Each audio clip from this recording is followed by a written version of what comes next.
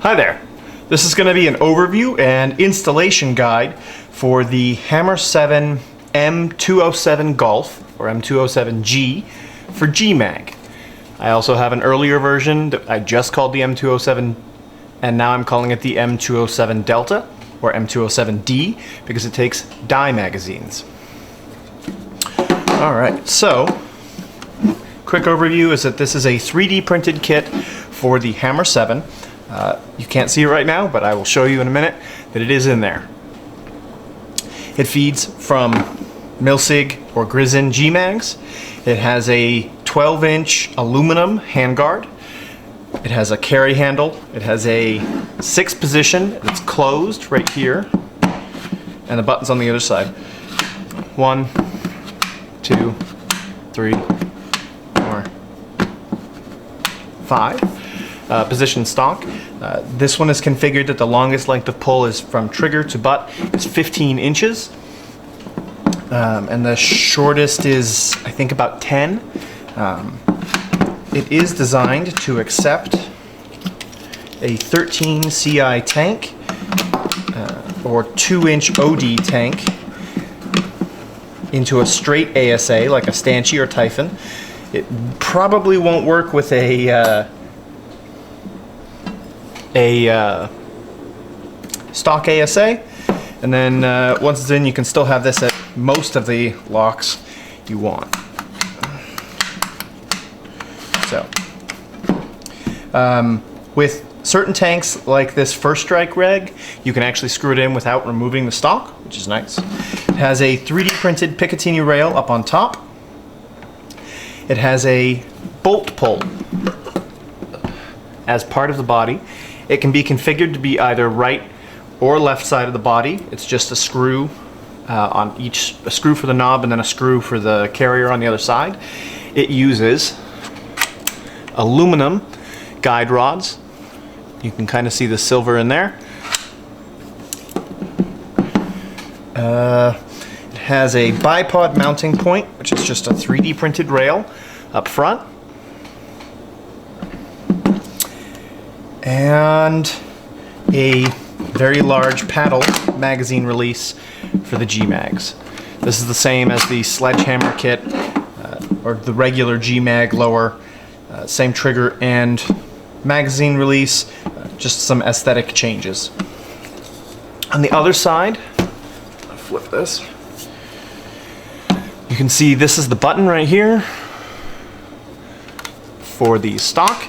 It's just one button. If I remove the scope of the top rail, this hole right here, which is going to be impossible to actually see the brass insert, is the breech screw. So I've made it so you can still fit an Allen key in there and remove that screw, or just unthread it enough that the barrel can be removed without removing the whole kit. So if you need to replace detents, you do not have to strip this whole thing down, which can be a bit of a process. Two features I forgot to mention is the stock. It uses a mag pull. I guess it's Gen 1. It's the more curved style of their butt pads. It uses a genuine mag pull butt pad. And I'll probably be redoing it for the Gen 2 ones because these are getting kind of hard to find. The second feature on the butt stock is this Picatinny rail down here. It's designed so that you can fit ideally a monopod. I don't have a monopod handy, so I'm just using this kind of folding foregrip.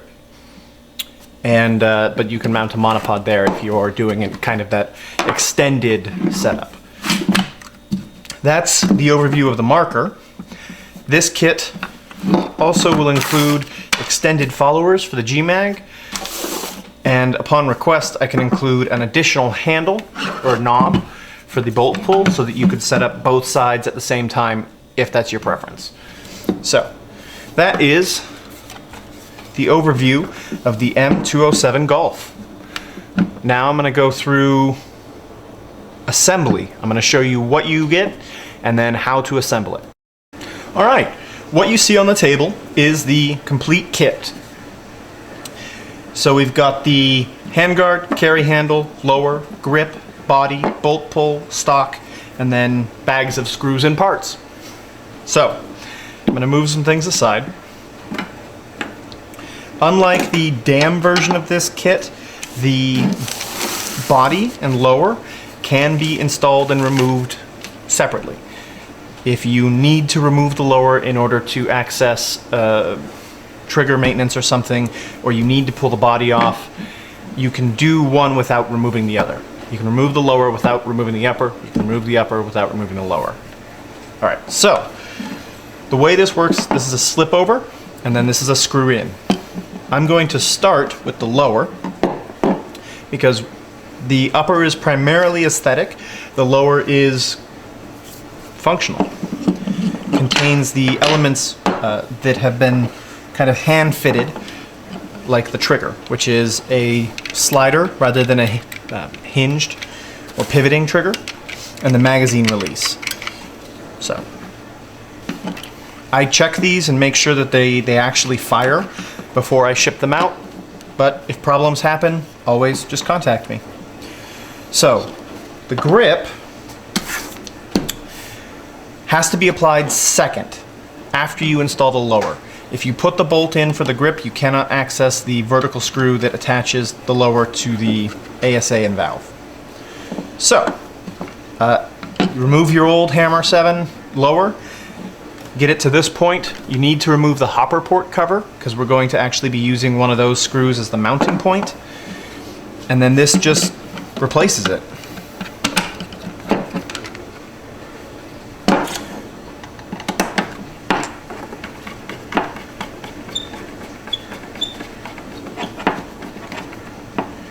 Okay.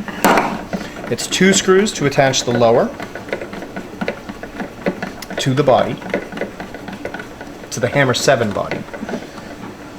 They are a little long. And then there is 1 screw for the grip. Works best to say it and then it doesn't work. Attach it. Feed it through before attaching it. This is a bit tricky as there's a vertical shaft and then a diagonal shaft. You need to get it in the diagonal. The vertical is the screw that mounts it to the body of the Hammer 7, and nothing will work if you try and attach the grip to that. Alright, so that is the lower attached. Before you can install the upper, you have to, or the body, the upper body, you have to install the bolt pull. Once the body is on, you can't access these set screws. There it is.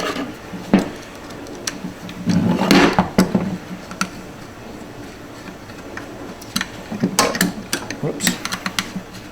There we go. There are 2, and you want to make sure they're actually threading in. There we go.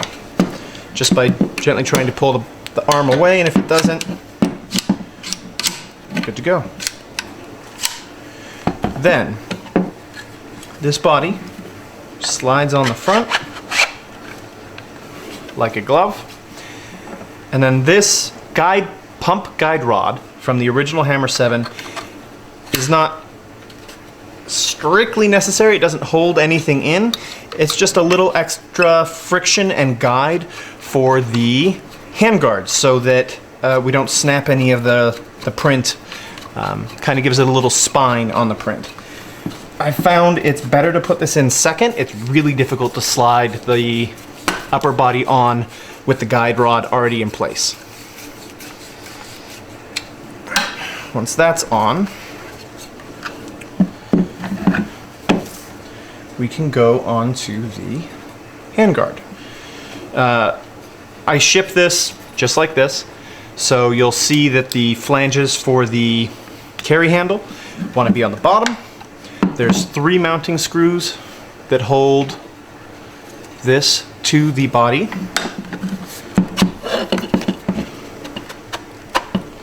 Line that up in this baggie. We have 3 screws. Once you install one, do not tighten it all the way. Just get it in, leave it out a little ways, put in the next one.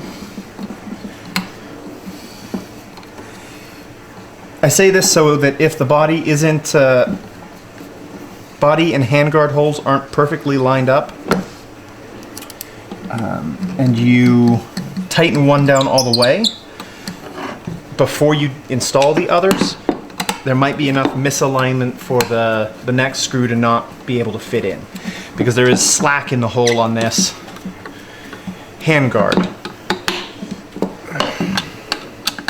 Not much, just enough. Once all 3 are in, just give them a nice little tighten down. Because you're screwing into plastic, you shouldn't have to worry about them coming out very easily, because they are machine thread. It's kind of its own gentle Loctite. Carry handles next. There are 4 screws for the carry handle, because I do actually intend for you to be able to carry it by this. So there are 3 that go in this bracket. 2 go in one direction and 1 comes in from the other side. It's important to pay attention to that. The plastic is threaded, just like the other one. Don't tighten it all the way down until you've inserted all 3 screws. Then go ahead and cinch it down a little.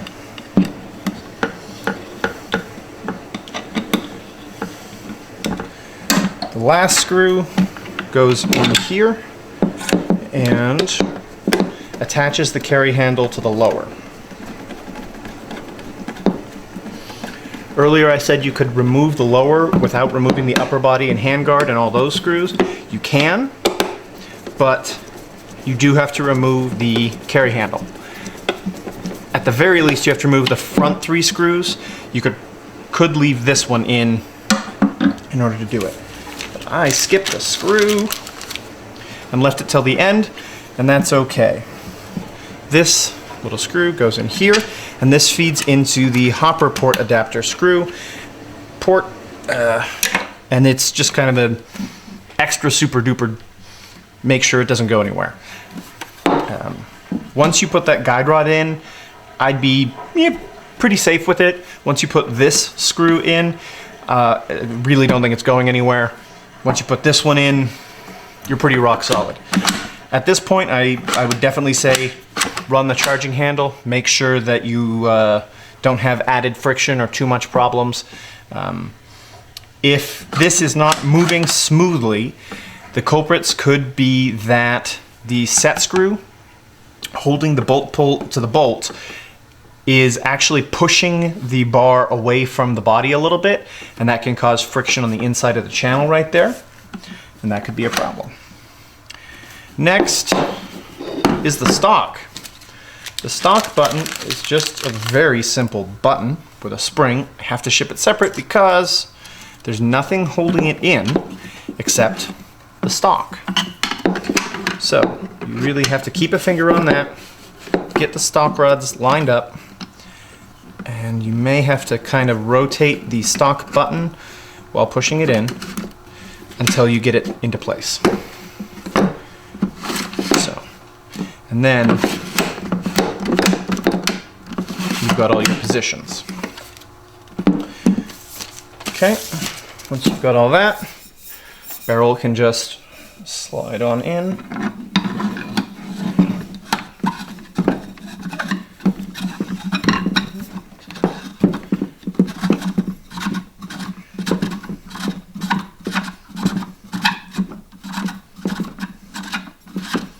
I have had my breech threaded for autocockers, why that seems quite so long.